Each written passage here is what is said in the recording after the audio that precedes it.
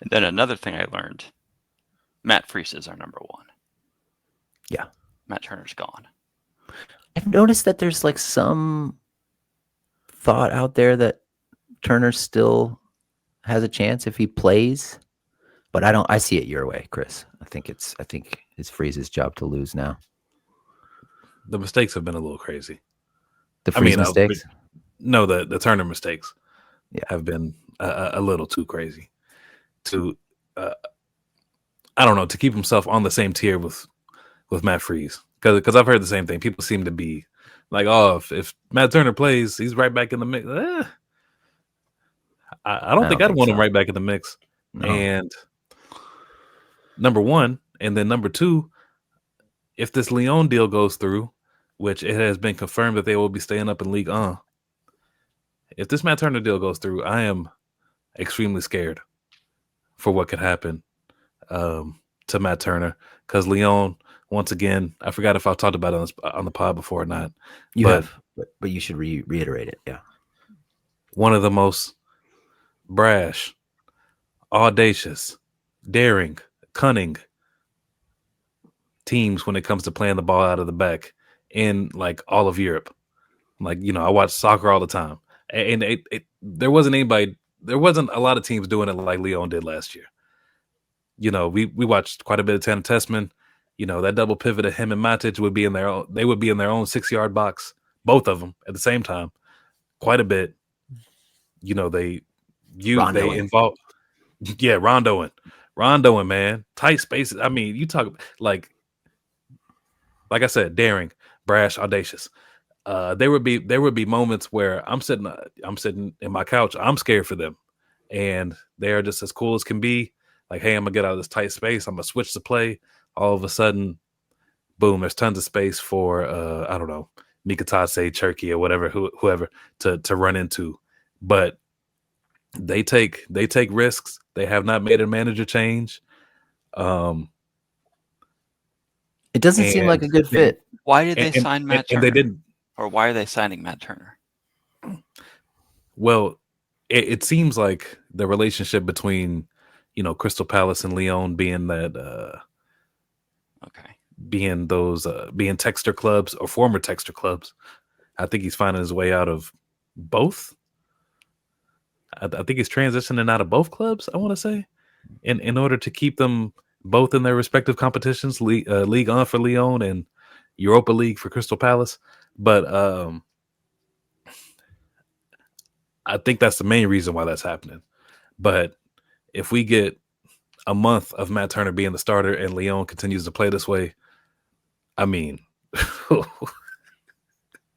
don't think it's Imagine, gonna go imagine that the well. first, imagine the first time he tries to clip a ball out to Shirky, and he just like flails it 40 yards off target.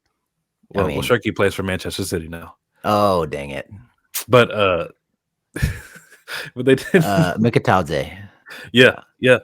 hmm Shirky was perfect because he's such a subtle, elegant player, and to like have play with a guy who can't really pass the ball Play with the Matt Turner accurately is It's going to be some compelling television yeah. for sure, for the but however long it lasts.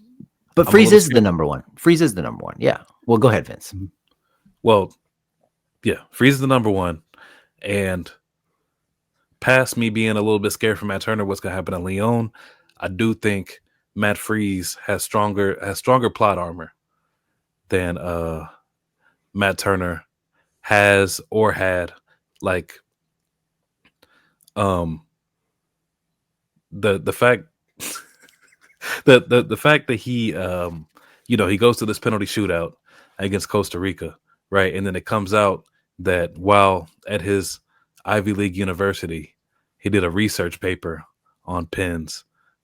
That I think that's just too much for Matt Turner to overcome. I think, like America, right? We love glitz, glamour. We want to be the best at everything.